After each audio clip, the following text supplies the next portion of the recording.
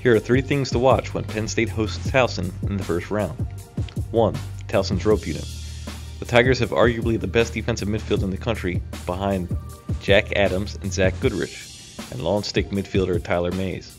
Can this group continue their magic against Penn State's offense, which ranks 5th in the country, scoring 12.67 goals per game? 2. Face-offs. Penn State freshman Gerard Asseri ranks 6th in the nation in face-off percentage, winning 62.5% of his attempts.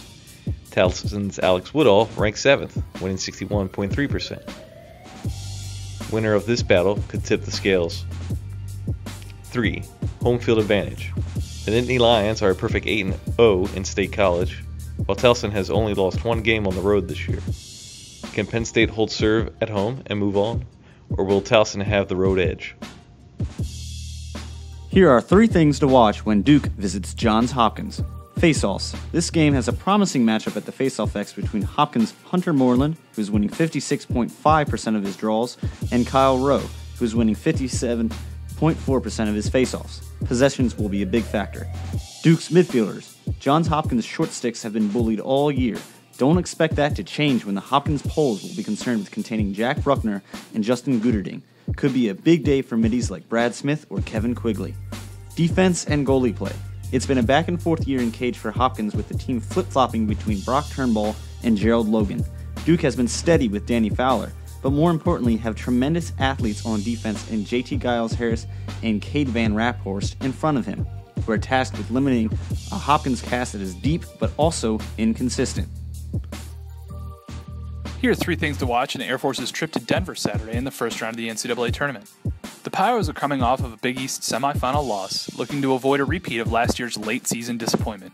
Junior faceoff specialist Trevor Baptiste is a weapon of mass destruction. He's a first-team All-American who can strangle a game and help to make sure that last season's disappointment is not repeated. Expect a slow-paced game, both teams rank in the 60s. Defensively, Air Force can feel more comfortable since reinserting senior goalie Mitch Rose in net. He switched back to keeper after converting to midfield earlier in his career. He's played 9 games this season and stopped 50% of the shots he's seen. Defenseman Brandon Jones is a good matchup for Denver attackman Connor Cannizzaro, but the Falcons will have to figure out a solution to slow down Ethan Walker. At the other end, Chris Walsh leads the offense, Nick Ruby and Grant Gold are the goal scorers, and then it's a host of contributors for the Falcons who will try to get to 10 goals and slow down Denver in order to pull off the upset.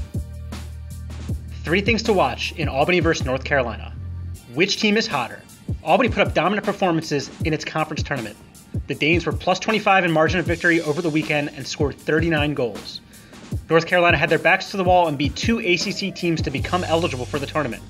One thing Albany will have on its side, though, is thousands of fans in the Capital District going nuts in what is likely to be a sellout. Can TD Ireland be contained? Ireland is currently the best faceoff specialist in the country. Stephen Kelly, though, is very good and has big game experience. Kelly won 10 of 11 faceoffs in the final quarter against Notre Dame.